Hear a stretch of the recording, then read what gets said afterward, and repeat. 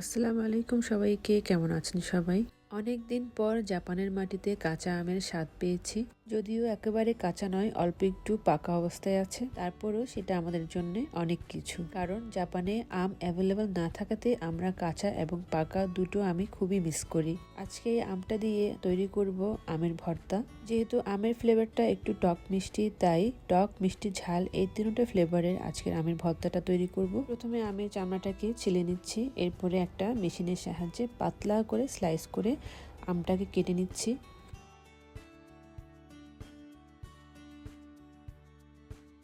পাতলা করে স্লাইস করে নেওয়ার পর এবারে আমের পিসগুলোকে একটা ছুরির সাহায্যে কুচি করে কেটে নিচ্ছি। কুচি করে কেটে নেওয়ার পর এবার আমরা চলে যাব সরাসরি আম মাখানোতে। এখানে আমি দুটো শুকনো মরিচ নিয়ে নিলাম। শুকনো মরিচ দুটোকে কড়াইয়ের মধ্যে একটু টেলে নিলাম, তারপরে এখানে লবণ দিয়ে মেখে নিচ্ছি। এরপরে দিয়ে দিচ্ছি কুচি করে কেটে রাখা ধনিয়া পাতা। এবার ধনিয়া পাতাগুলোকে মেখে নিচ্ছি। আমটা যেহেতু বেশি টক না, তাই আরেকটু টক ফ্লেভার বাড়ানোর জন্য আমি এখানে তেঁতুলের পিউরি দিয়ে দিলাম। তেঁতুলটাকে ড্রাই অবস্থায় এটাকে সামান্য একটু গরম পানি দিয়ে ভিজিয়ে রেখেছিলাম। এবারে তেঁতুলের পুরের সাথে সবকিছুকে ভালো করে মেখে এবার আমগুলোকেও ভালো করে মেখে নিচ্ছি।